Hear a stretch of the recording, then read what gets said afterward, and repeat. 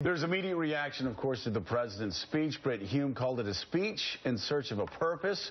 That was one of the nicer assessments. The New York Times' Maureen Dowd said the administration's saber rattling felt more like knees rattling. Oh, for the good old days when Obama was leading from behind. Now these guys are leading by slip of the tongue.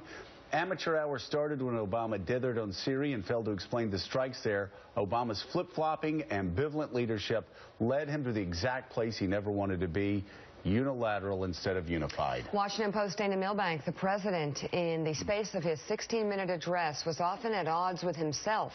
He spent the first 12 minutes arguing for the merits of striking Syria and then delivered the news that he was putting that on hold. The Wall Street Journal, what a fiasco. A weak and inconsistent U.S. president has been maneuvered by America's enemies into claiming a defeat for his Syria policy is really a triumph. The Washington Post called the speech stumbling, improvised, and often inconsistent. And John Harris in Politico, a zigzag address to the nation that did little to clarify what will come next in the Syria crisis, but shined a glaring hot light on the debate in the president's own mind. And finally, the National Journal's Ron Fournier said, the good news is we're not at war.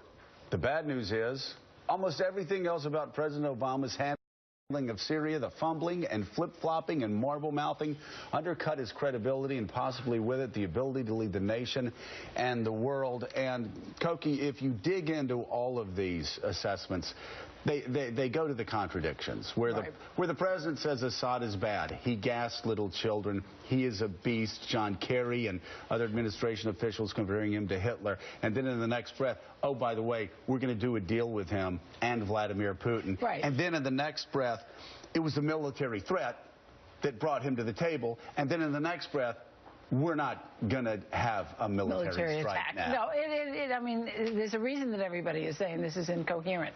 It's incoherent. And the fact is that the president really had his nuts taken out of the fire by Vladimir Putin. Is this really a position we want to be in? And is this a guy